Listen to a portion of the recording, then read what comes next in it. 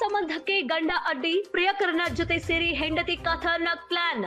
ಅದು ಜುಲೈ 5 ಶನಿವಾರ ಹಾಸನ ಬೇಲೂರು ನಡುವಿನ ರಾಷ್ಟ್ರೀಯ ಹೆದ್ದಾರಿ. ಬೆಳಗ್ಗಿನ ಸಮಯದಲ್ಲಿ ಪೊಲೀಸರು ಟೀಮ್ ಪ್ರಕರಣವೊಂದರ ತನಿಖೆ ನಡೆಸುತ್ತಿದ್ರು. ಅಲ್ಲಿ ಸೇರಿದವರೆಲ್ಲ ಮುಖ ಎಲ್ಲ ಜಜ್ಜಿ ಹೋಗಿದೆ, ರಕ್ತ ಎಲ್ಲ ಚಿಲ್ಲಾಡಿದೆ ಅಂತೆಲ್ಲ ಮಾತನಾಡುತ್ತಿದ್ರು. ಅಲ್ಲೇನೋ ಆಕ್ಸಿಡೆಂಟ್ ಆಗಿರ್ಬೋದು ಅನ್ನೋ ಊಹೆ ಮೊದಲಿತ್ತು. ಬಟ್ ಅಲ್ಲಾಗಿದ್ದು ಒಂದು ಘನಘೋರ ಹತ್ಯೆ. ಹೂವಿನಹಳ್ಳಿ ಇಲ್ಲೇ ಕಾವಲು ಗ್ರಾಮ ಅನ್ನೋ ಊರಿದೆ. ಮಧು ಅನ್ನೋ 36 ವರ್ಷದ ವ್ಯಕ್ತಿ ಭವ್ಯ ಅನ್ನೋ ಮಹಿಳೆ ಜೊತೆ ಮದುವೆಯಾಗಿ ತನ್ನದೇ ಆದ ಒಂದು ಸುಂದರ ಸಂಸಾರದ ನೌಕೆ ಓಡಿಸುತ್ತಿದ್ದ. ವರ್ಷಗಳು ಉರುಳ್ತಾ ಇದ್ದಂಗೆ ಭವ್ಯಗೆ ಗಂಡನ ಮೇಲೆ ಪ್ರೀತಿ ಅಳಸಿ ಹೋಗ್ತಾ ಇತ್ತು. ಸಣ್ಣ ಸಣ್ಣ ಮುನಿಸುಗಳು ಶುರುವಾಗಿತ್ತು. ಇದ್ದಕ್ಕಿದ್ದಂತೆ ತವರಿಗೆ ಹೋಗಿದ್ದಳು. ಮಗಳು ಮನೆಗೆ ಬಂದು ಗಂಡನ ಮೇಲೆ ಚಾಡಿ ಹೇಳಿದ್ರು.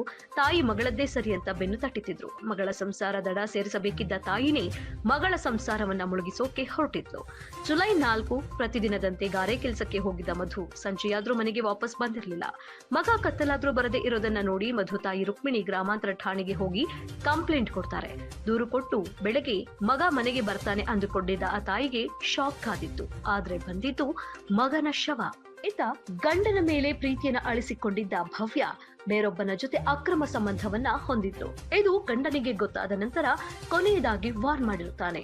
ನಮ್ಮದು ಸುಂದರವಾದ ಸಂಸಾರ, ನಮ್ಮ ಸಂಸಾರ ನೌಕೆಯನ್ನ ಚೆನ್ನಾಗಿ ನಡೆಸಿಕೊಂಡು ಹೋಗೋಣ, ಈ ರೀತಿ ತಪ್ಪು ಮಾಡಬೇಡ ಎಂದು.